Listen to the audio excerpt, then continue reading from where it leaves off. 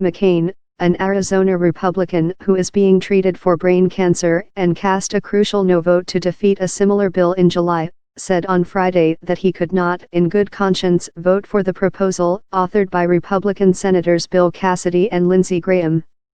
He campaigned on repeal and replace. Let Arizona down.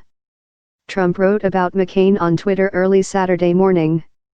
Senate Majority Leader Mitch McConnell has said he will schedule a vote on the Graham-Cassidy bill by September 30, the last day when it could pass in the chamber with a simple majority of 51 votes instead of the 60 typically required.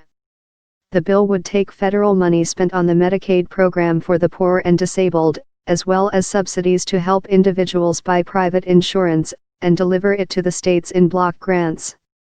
The nonpartisan Congressional Budget Office, which analyzes legislation, has not had time to assess the Graham-Cassidy bill before the expected vote.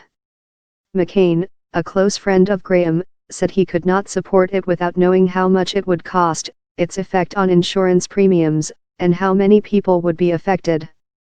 But the Brookings Institution said on Friday that the Graham-Cassidy bill could leave at least 21 million fewer Americans with health insurance by 2020 to 2026.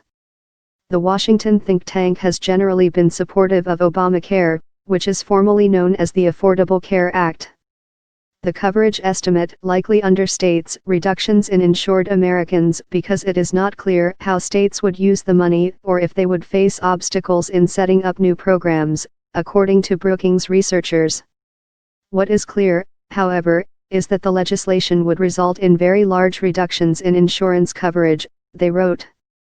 U.S. Department of Health and Human Services Secretary Tom Price told Fox News Channel's America's News HQ on Saturday that he is providing technical assistance and information to senators working on the bill.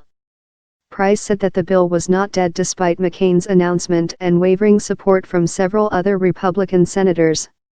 The reason it's not dead is because it's not finished. The bill hasn't been completed. We continue to work with the authors on it through this weekend, Price said. The Senate Finance Committee on Monday will hold a hearing on the Graham-Cassidy bill. Cassidy, a physician, is expected to testify.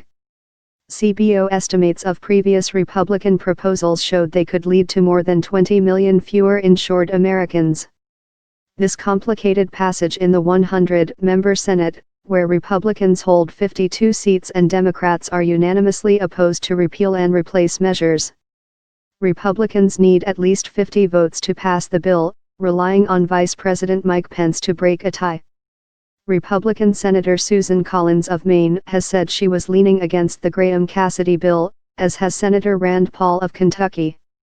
Kansas Senator Jerry Moran and Alaska's Lisa Murkowski are undecided.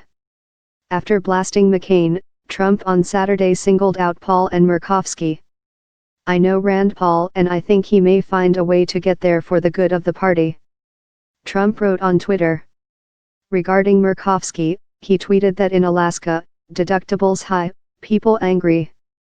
The insurance industry, hospitals, consumer activists, the AARP advocacy group and organizations such as the American Medical Association, American Heart Association and American Cancer Society all oppose the bill.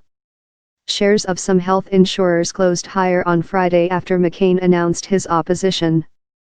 Centene Corp ended up 1.6%, while Humana Inc. gained 0.2% and Aetna Inc. rose 0.1%, reversing earlier losses.